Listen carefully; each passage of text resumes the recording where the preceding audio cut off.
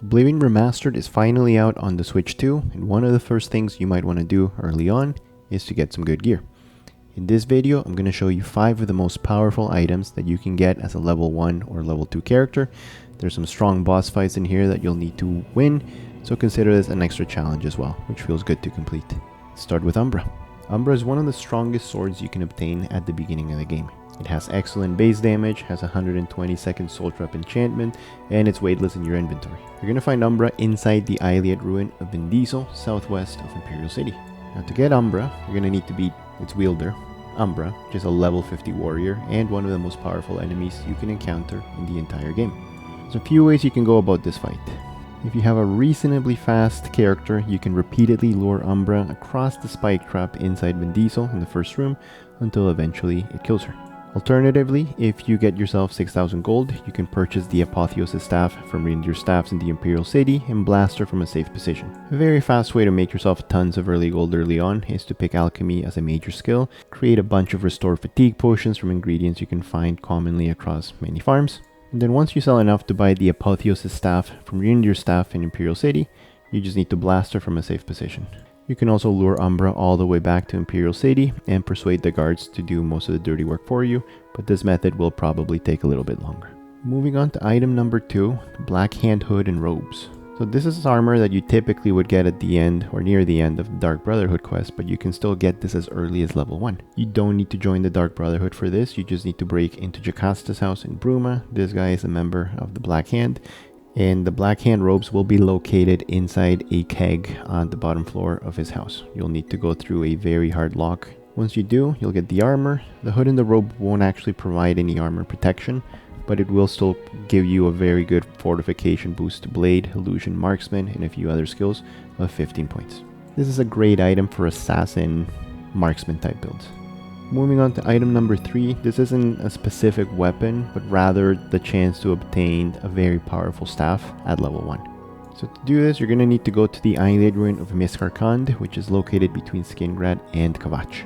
Near the end of this dungeon, you're going to find a great Walken stone, and when you take that stone, this is going to awaken the king of Miskarkand, who is essentially a high level leech. This guy can be pretty tough. He's got pretty decent resistance to magic attacks, but he does have a 25% weakness to fire that I recommend you exploit.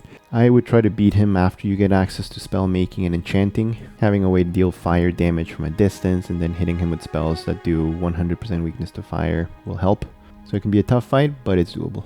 Once defeated, he will always drop a random staff from the greater category, so a greater staff of shock with 3200 charges, 80 points of shock damage, so it's a ton of damage to be doing at level 1 or level 2. I recommend saving before trying this boss fight in case you're not able to do it, because if you start the fight and you're not able to beat him, and then you try to run away from the dungeon, this guy and the zombies will actually follow you around, and they can prevent you from sleeping or resting or leveling up, which is a bit of a pain. Moving on to item number 4, Frostwyrm. So this was particularly good for anyone that is interested in playing as an archer. This is one of the best bows that you can obtain early on. This is an unleveled weapon, meaning you're going to receive the same version regardless of whether you get it as a level 1 or level 30. And to find it, you're going to want to travel to Dive Rock in the mountains northeast of Cheydinhal. Near the campsite, you're going to encounter a big invisible troll that hits pretty hard. So again, this is another boss fight I recommend being prepared to fight for at a distance. If you do get that greater staff from the King of Miskarkand, that's going to make this fight a lot easier.